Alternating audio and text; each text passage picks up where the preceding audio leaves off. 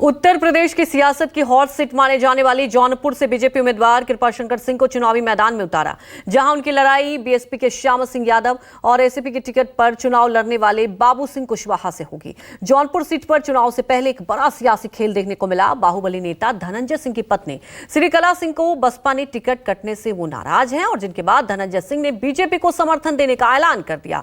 जौनपुर में बीजेपी की क्या है तैयारी, इसी को लेकर कृपाशंकर सिंह ने बात की है न्यूज़ 24। लोकसभा चुनाव में उत्तर प्रदेश की सियासत की धुरी अगर कोई सीट रही है तो वो है जौनपुर की सीट। जौनपुर की सीट पर इतने उतार चढ़ाव शुरू से देखने को मिल रहे हैं कि सियासत इसी के इर्द गिर्द घूमती हुई नजर आई।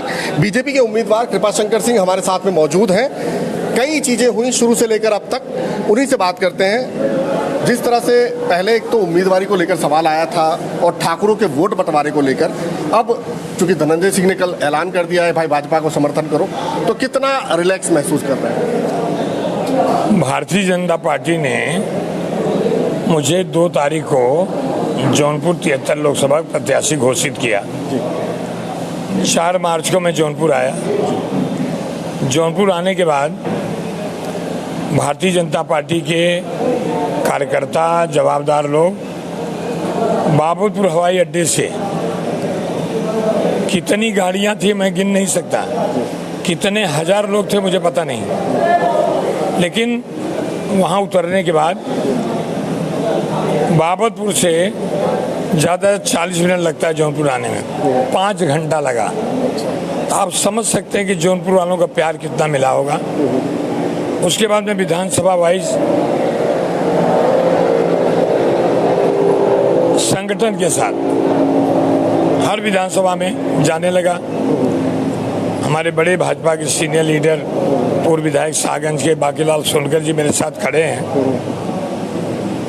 ऐसे लोगों ने मुझे पूरे विधानसभा क्षेत्र में लगभग 7 राउंड जो है हमारा कामकाजी बैठक हुई, बूथ अध्यक्षों के साथ हुई, सेक्टर के साथ हुई, मंडल के साथ हुई, ऐसे हुई।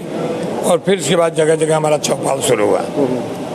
हम ये नहीं देख रहे थे कि कौन प्रत्याशी दूसरे दल का है, हम ये देख रहे थे कि आदरणीय नरेंद्र मोदी जी द्वारा 2014 से अब तक लिए गए निर्णय और 2017 से लेकर के अब तक योगी आदित्यनाथ जी के नेतृत्व में लिया गया निर्णय, वो लोगों तक मैं जाऊं और पहुंचाऊं और बात करूं मैं।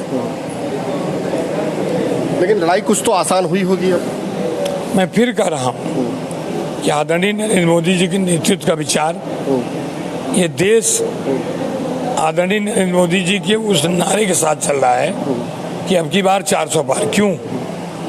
कि ये देश विकसित भारत की तरफ बढ़ रहा है।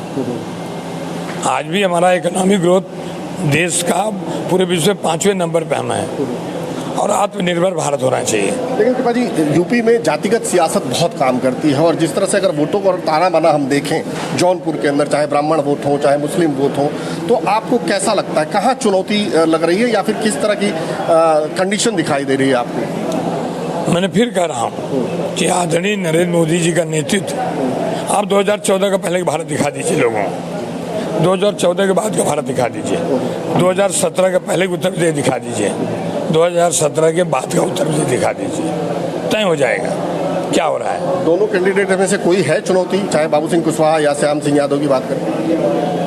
अब श्याम सिंह यादव के बारे में क्या कहूँ।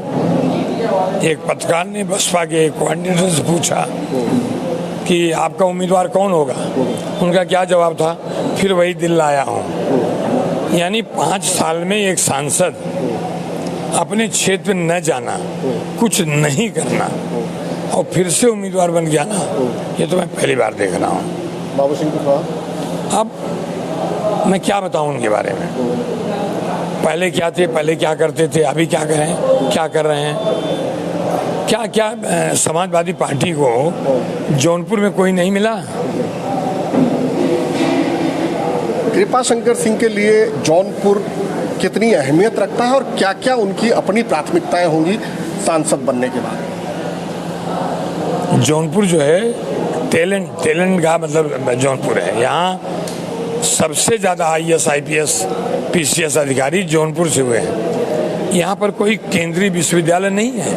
अगर केंद्रीय विश्वविद्यालय होता तो शायद यहाँ का टैलेंट और मिलता। यहाँ पे कोई ये अपना क्या बोलते हैं अपना पावर का कोई प्रोजेक्ट नहीं है यहाँ, मतलब पावर ग्रिड भी नहीं है यहाँ पे। ये 45 से 50 लाख आबादी वाला जनपद है। आप देख लीजिए सुल्तानपुर, भदोही, अगल बगल के 4-5 जिले जो भी गाजीपुर, उस सबसे बड़ा जनपद जो है आबादी वाला जौनपुर है। वाराणसी को काशी कहा जाता है और जौनपुर को लौरी काशी कहते हैं कि लौरी और काशी। लेकिन यहाँ कोई उद्योग नहीं है, मतलब उद्योग विहीन जनपद में बहुत कुछ करना है। और मेरी प्राथमिकता होगी कि 1 दिसंबर 1971 को 23 रुपये 20 पैसे के टिकट पे मुंबई जाने वाला युवक रोजी रोटी के लिए वो आपसे बात कर रहा हूँ, तो मेरे मन में एक जिद है कि जौनपुर की जनता ने आशीर्वाद दिया और आदरणीय प्रधानमंत्री जी बारे मुझे मालूम है। जौनपुर जनपद में इतनी इंडस्ट्री लगे कि जौनपुर जनपद का कोई भी आने वाली पीढ़ी को रोजी रोटी के लिए किसी शहर में जाना पड़े। मुझे आखिरी सवाल आपसे, चूंकि आप काफ़ी ज़्यादा आपका पूरा राजनीतिक जीवन रहा है, ज़्यादातर कांग्रेस में आपने एक बहुत ऊंचा स्थान प्राप्त किया। अब चूंकि 4 चरणों के मतदान हो चुके हैं और राहुल गांधी अब खुलकर बहुत आक्रामक हो चुके हैं और वो कह रहे हैं कि मोदी जी डर गए हैं, कैसे देखते हैं इस पूरी स्थिति? कोई नई बात नहीं कह रहा है। मुद्दा क्या है?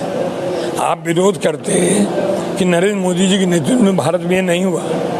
आज नरेंद्र मोदी जी के नेतृत्व में कोई भूखा नहीं है, मुफ्त राशन दे रहे हैं। इस पे बात करो, जौनपुर के उद्योग की बात करो, और जगह मतलब क्या होना चाहिए करो। मोदी को हटाओ, मोदी को हटाओ, अरे कारण तो बताओ। सिर्फ वो इंडिया गठबंधन अभी इंडी हो गया है, लेकिन एक है कि ईश्वर का बड़ा आशीर्वाद है भगवान भोलेनाथ का आदरणीय प्रधानमंत्री में।